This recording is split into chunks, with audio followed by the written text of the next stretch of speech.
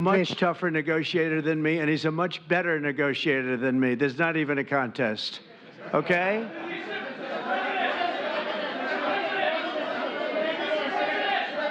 Yeah, go ahead, please. Go ahead. Go ahead. Reena Bhardwaj from ANI.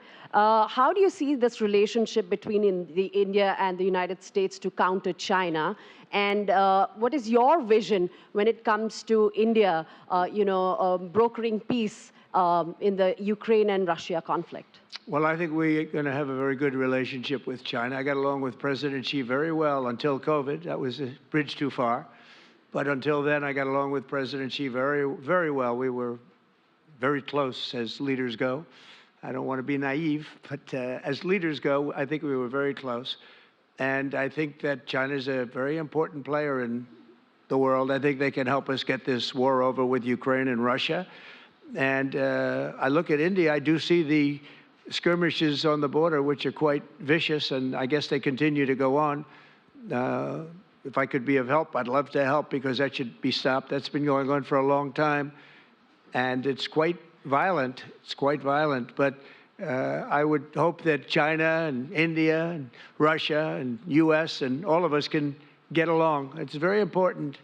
The power of weaponry today is, and not only nuclear, but nuclear in particular, the power of weaponry is very important. I said before that I had very constructive talks in my first term with President Putin about the denuclearization of the two countries, and then we were going to go to China after we worked some kind of a deal. And we, at the confines of a deal, he really wanted to do it, so did I, denuclearize. And it's such a beautiful. The word EV has a copyright, and that is one person who has a copyright for the word EV, and that is Trump.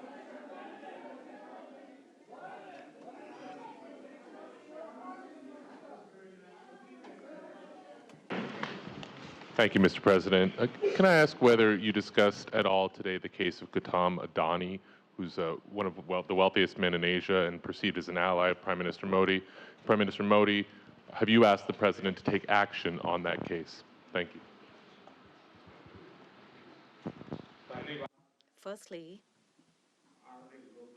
India is a democratic country, and our culture and our thought philosophy is Vasudhaiva Kutumbakam, which basically means that the entire world is a family.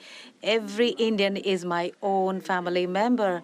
And when it comes to such personal matters, leaders of two countries will not get together on that topic and discuss anything on an individual matter. Go ahead, please. Yeah, please. Sir, go ahead, please. Yes. Thank you, Mr. President. Thank you, Mr. Prime Minister. I have a question for you as well. But, Mr. President, you have suggested, with regards to the Russia-Ukraine war, you've suggested several things that Ukraine should give up. The idea of NATO membership, territory that was seized back in 2014 by Russia.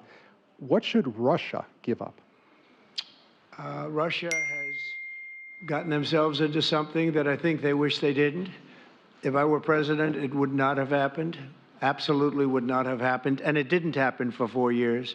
If you look at what has taken place under President Bush, they lost a lot. Under President Obama, they lost Crimea.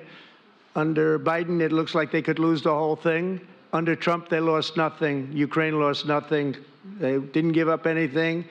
And you take a look at the other three presidents surrounding me, they gave up a lot. I think that when you look at Ukraine and when you look at the mess that they're in, it's got to be ended and it's got to be stopped. Now, Russia's taken over a pretty big chunk of territory, and they also have said from day one, long before President Putin, they've